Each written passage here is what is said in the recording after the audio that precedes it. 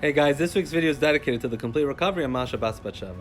You know, when you look at ancient civilizations and cultures throughout history, as a Jewish person, you're surprised sometimes by what people believed and what civilizations held.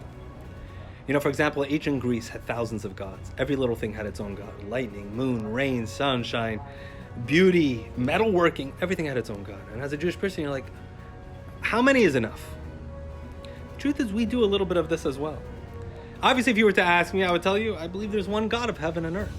But if I'm being honest, there are many times throughout the day when I'm attributing power to my circumstances, to a situation outside of me, to a challenge that I'm facing. If my flight gets delayed or canceled, I'm annoyed at the airline. I'm getting all stressed out. I don't get enough sleep. I'm annoyed at the noise that woke me up.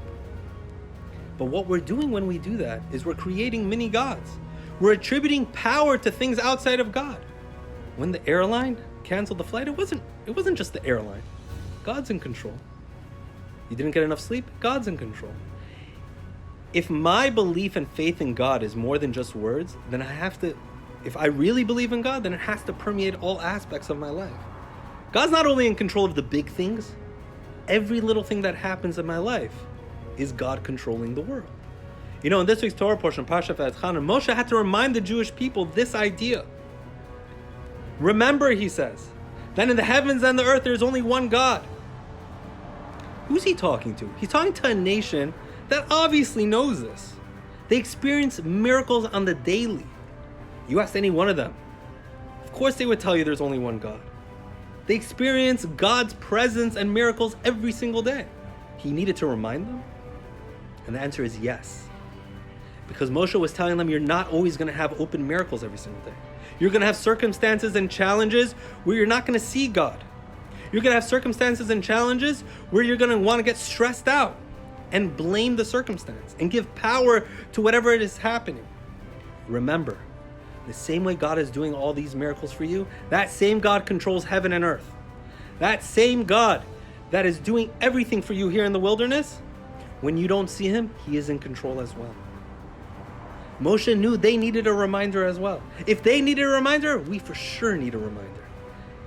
The next time we want to get stressed out at something that's happening, whether it's a deadline at work, whether it's a delayed flight, whatever it is, let's take a moment and remember, Hashem is in control, not just of the big things, but the small things as well. And I just want to end off by connecting this to today is Tu B'Av. Tu B'Av is spoken about in the Talmud as the most joyous holiday on the Jewish calendar. It was a day that came so soon after Tisha B'Av, the 9th of Av. And how was it marked? It was marked with joyous celebrations of weddings beginning Jewish families. Why? Because this was this is the Jewish response to tragedy and loss. We get back up and we keep going. We rebuild. We remind ourselves God is in control of the good times and the bad times.